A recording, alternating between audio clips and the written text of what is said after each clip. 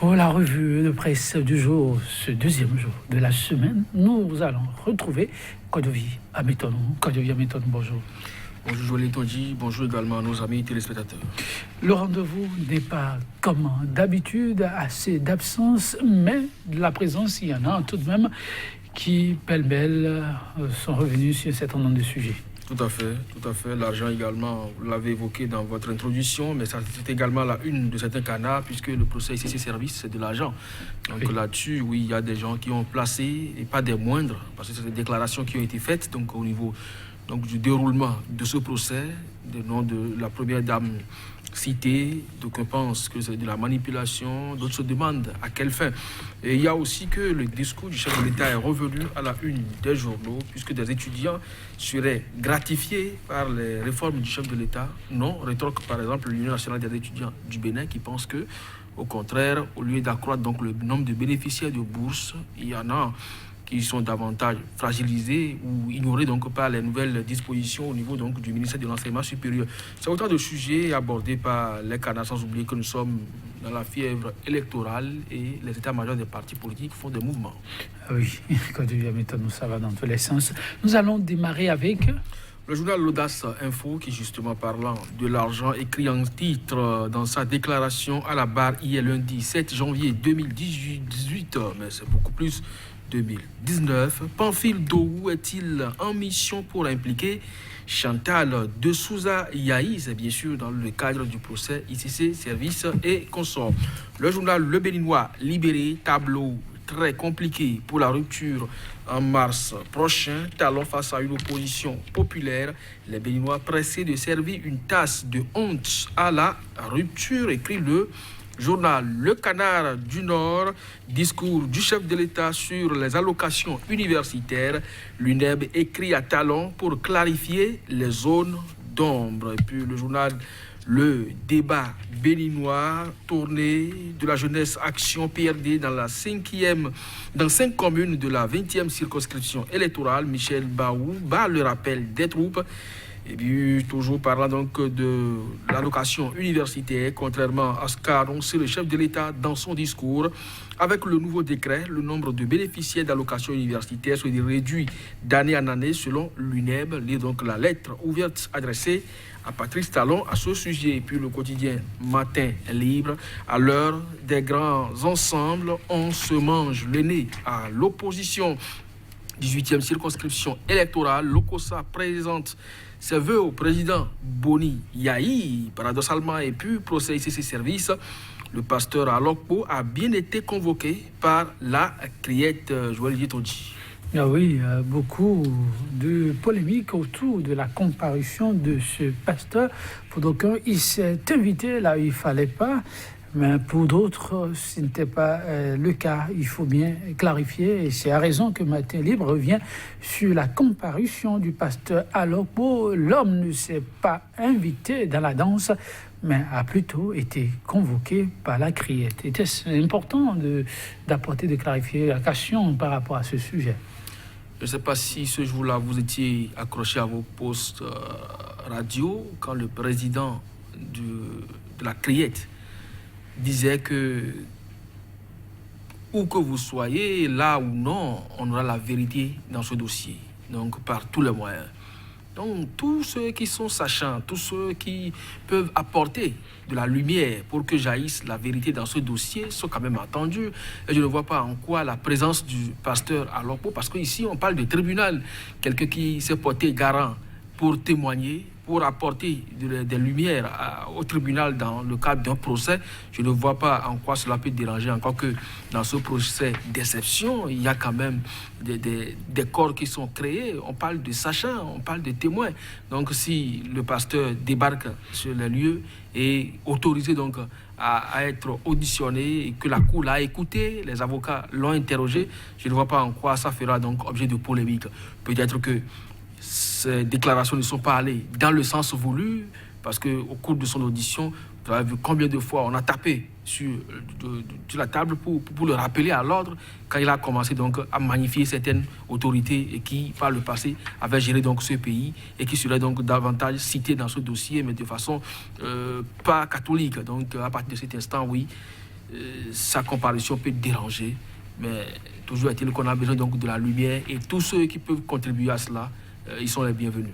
Ah oui, il ne sera de trop pour que la vérité se sache. Le Canada du Nord, vous l'avez annoncé, discours du chef de l'État sur l'état de la nation, ça continue de susciter réactions polémiques. Et cette fois, ce sont les étudiants qui sont montés au créneau au travers d'une lettre ouverte écrite le Canada du Nord. Je lis, discours du chef de l'État sur les allocations universitaires. L'UNEB écrit à talent pour clarifier les zones d'ombre. Quelle zone d'ombre hier? Oui, il paraît que le chef de l'État avait dit que le nombre d'allocataires universitaires aujourd'hui a presque doublé du fait donc de ces réformes. Mais les étudiants, sur ce plateau, nous l'avons quand même attendu. On attend que les instances qui ont produit donc, ces chiffres-là puissent être rendus quand même disponibles pour que chacun puisse consulter. Aujourd'hui, ce sont les bénéficiaires eux-mêmes qui montent au créneau pour dire non, contrairement à ce qui est annoncé sur les médias, à travers donc ce discours, eh bien, les réformes du gouvernement tentent par tous les moyens aujourd'hui à réduire de façon drastique le nombre de bénéficiaires. Donc, où se situe finalement la vérité? Il faudrait quand même que l'UNEB puisse aussi apporter les chiffres qui contiennent donc sa lettre ouverte pour que l'on puisse les confronter. Mais toujours est-il que sur le terrain, lorsque vous vous rapprochez du monde universitaire, on vous dira que les étudiants souffrent et mieux. Même si le nombre a triplé ou doublé, les gens peinent quand même à entrer en possession de ces fonds. Donc il est quand même important que non seulement les bénéficiaires soient payés, et que le gouvernement aussi clarifie la situation en apportant les preuves de ce qu'effectivement on est passé donc du simple au double à travers les nouvelles dispositions prises. Ah oui, quand je viens maintenant un petit sourire, c'est bien l'actualité qui nous l'arrache, on y revient si le temps nous permet, mais avant, le Béninois libéré, quand je viens maintenant à sa une, tableau très compliqué, on ne sait après quel diagnostic, en tout cas pour les statistiques rapportées par le Béninois libéré, le tableau est plus que compliqué pour la rupture en masse prochain. Talon se trouverait face à une opposition populaire. Les Béninois seraient très pressés de servir une tasse de honte à la rupture. C'est possible, mais il y a aussi que lorsque vous maintenez un animal suffisamment dans la dépendance, dans la faim, et que vous lui apportez ne serait-ce que des miettes, eh bien, il oublie facilement le mal qui lui a été fait jusque-là. Il faut qu'il se rassasie d'abord avant de penser donc à la suite. Aujourd'hui, le pays, vous savez donc comment ça se passe, comment ça vit. Le panier de la ménagère, vous connaissez son état aujourd'hui. Lorsque des députés disaient qu'eux, ils ont pris 400 millions en son temps pour les législatives, on ne sait pas combien aujourd'hui ils prendront, puisque par le passé, c'était des groupuscules de partis. Aujourd'hui, ils sont fondus en bloc. Ça veut dire qu'il y aura beaucoup de mannes qui vont circuler encore si on s'en tient donc à cette déclaration de l'honorable Arouanvoye Black qui reste à préciser, parce que Charlemagne Ronfort lui a demandé quand même d'en apporter la preuve pour ce qui concerne le parti, parce qu'en tant qu'individu, oui, il peut prendre une telle somme, mais si c'est au nom du parti, il faut quand même qu'il apporte effectivement la preuve, ce qu'on attend donc les jours à venir pour pouvoir donc davantage apprécier le bien fondé de ses propos. Donc si c'est le cas et que l'argent circule véritablement, comme Arouanvoye Black l'a dit, je ne vois pas une population en train donc d'infliger, comme le journal Le Béninois libéré l'écrit là, cette honte populaire. Maintenant, si ça ne circulait pas et que ça devait rester en l'état, vu les statistiques produites par certains quotidiens de la place, je ne vois pas la rupture se tirer facilement d'affaire. Donc c'est un jeu, ça se joue en quelques secondes, et comme vous l'avez dit, l'argent, cette pratique à la peau dure, comme les acteurs politiques, qui s'y adonne aussi. Oui, les prochains jours, on découvrira tout et son contraire. On suivra de très près pour nos téléspectateurs encore quelques minutes. Quand je viens maintenant, la question de l'évaluation diagnostique reste d'actualité. Il y a de ces enseignants responsables syndicaux qui se sont portés garants pour aller porter la bonne nouvelle à leur père, les sensibiliser pour aller composer le jour J quand on retiendra un nouveau calendrier. Eh bien, le Béninois libéré une fois encore a suivi ce sujet de très près, mais rapporte une nouvelle pas trop heureux pour les candidats à la sensibilisation au Kondé et au Oussounou qui seraient huillés à l'Okosa par leur père qui ne serait pas convaincu de la démarche de l'autorité, sensibilisation sur l'évaluation diagnostique des enseignants.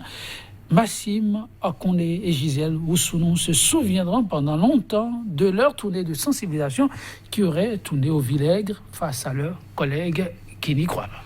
C'est quand même ridicule que ça se passe comme ça et que ce soit des syndicalistes chargés quand même de défendre leur père parce que c'est à eux, ils ont donné mandat pour les représenter dans les instances de discussion, de table de négociation avec le gouvernement.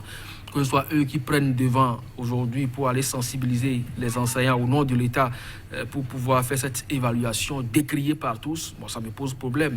Et s'ils en arrivent à récolter ces fruits, je crois que c'est déjà bien.